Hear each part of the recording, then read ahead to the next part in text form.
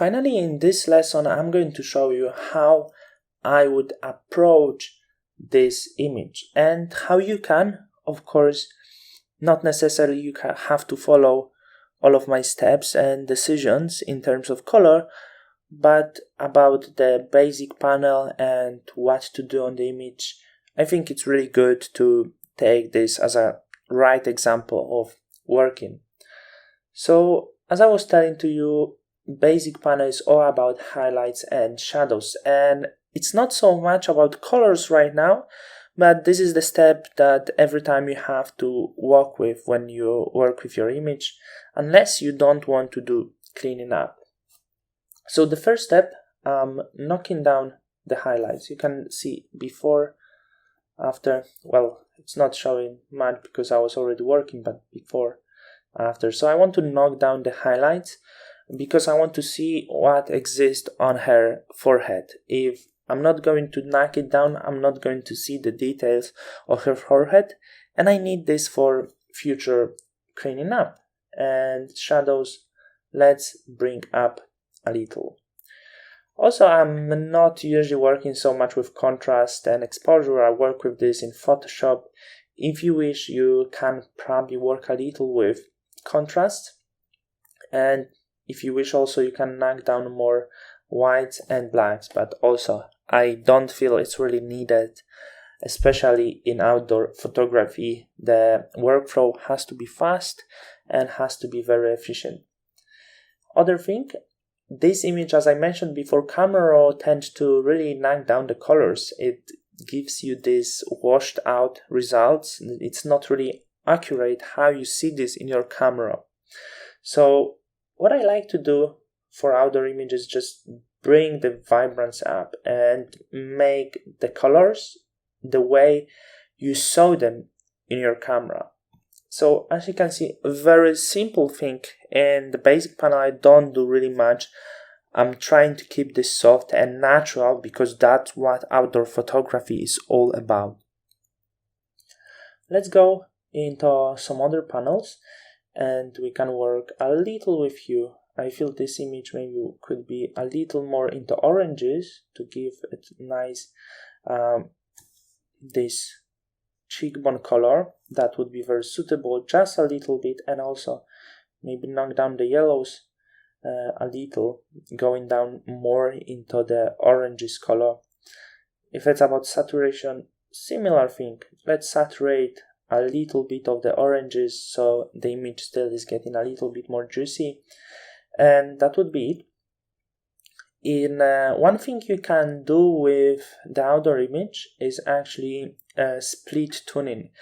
And the thing is how you want to approach this image. Do you want to do like separate split tuning, more into going to different colors to make it stand out, to make the model stand out from the background, or keep it in one tone? So let's go with the warm tone at first and let's compare how it's going to look like. If we're going with orangey tones, which look always really great on the outdoor images, actually we could maybe just go with one way like this. I set the balance just for highlights, and you can see this image would look really great when we add just the warm tone. And this decision is really up to you. Outdoor images look really great when you give them the warm, nice tones, because that's what people who want to have their own portraits looking for. That's what the family portraits are looking for. Like, this is what looks good on this image.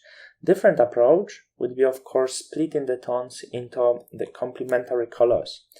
So I have the orange for the highlights already, and what I would do, I would have a look at the hue value. It's 38 around now.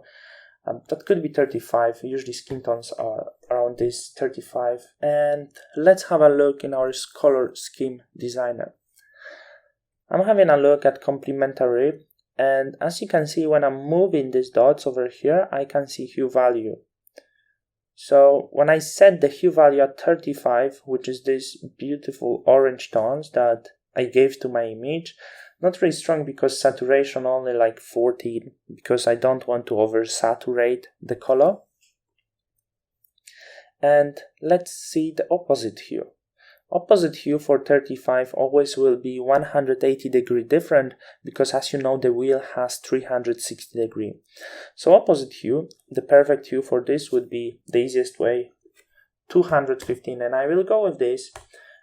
Just as an example, remember other thing, the exact opposite hue is not that it's something is right. I'm just giving you this now as a very simple example, because setting this straight as it is, it's not always the best idea.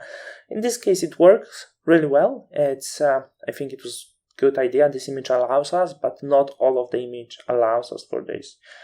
And now I could even bring more saturation for highlights. So probably that's what I would go with. Probably for shadows I would go a little less. So I would, if I would like my image stand out, I would probably go with this.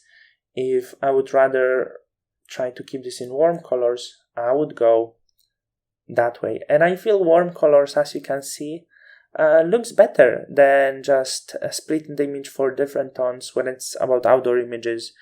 This might be just my personal preference, so you go with actually whatever you like. That's how I would work in Camera Raw.